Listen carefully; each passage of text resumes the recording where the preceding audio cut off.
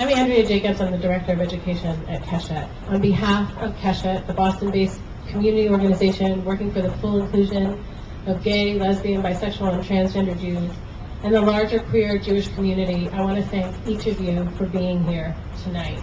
It is a testament to the Boston greater Jewish community that in the aftermath of this tragedy, it was leaders from the mainstream Jewish organizations of CJP, JCRC, and the New Israel Fund who reached out to Keshet to organize this vigil rather than the other way around. We are a community willing to stand together in support of equality and to condemn this act of violence against GLBT youth in Israel. As the Director of Education at Keshet, I hear stories every day of Jewish youth who are alienated from their peers and wonder if they can live fully integrated lives as out queer Jews. I want to know that as a community, our answer to them is an unequivocal yes.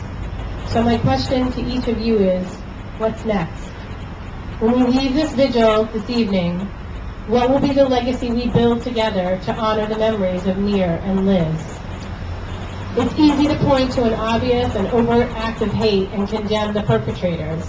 But what are the underlying attitudes and casual acts of exclusion that create a society in which teens wonder if they'll be accepted by parents and friends because of their sexual orientation or gender identity? And what are the messages that teens hear in our own synagogues and day schools or at the dances of their youth groups that undermine our public commitment to inclusion? Are you prepared to stand up as a role model and an ally to support GLBT youth? Would you know what to say or how to support a teen coming out as gay or struggling with their gender identity? Do you know which organizations in Boston have resources to help youth and families? The power of homophobia lies as much in the seemingly innocuous statements like, "that's so gay," as it does in overt acts of violence.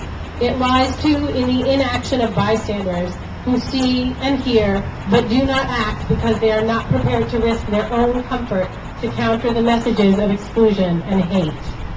We're approaching the month of Elul, the time in the Jewish calendar for introspection in the preparation for the coming new year. This year, as we examine where we have missed the mark and how we can be better human beings, I want us to reflect on what we in Boston can do to demonstrate our commitment to the full inclusion of all Jews, regardless of gender identity or sexual orientation. Tonight, as we stand together to mourn the loss of two vibrant young lives, I challenge each of you to find one concrete step you can take to visibly support GLBT Jewish youth and families, whether it's putting up a Safe Zone sticker in your office or organizing a campaign to raise money in support of Israeli GLBT youth organizations, scheduling a sensitivity workshop on gender and sexuality for the professional and lay leaders of your institution, organizing a campaign to support the Massachusetts Transgender Civil Rights Bill, or simply stepping up the next time you overhear a friend or a student using homophobic language. Do something. Make a commitment right now to take a stand for the memories of Nir and Liz, for those injured in the shooting in Tel Aviv, and for all Jewish youth in our community who need us to make the world a safer place for them so that they know that no matter who they are, they will be celebrated for being their full and true selves. Thank you.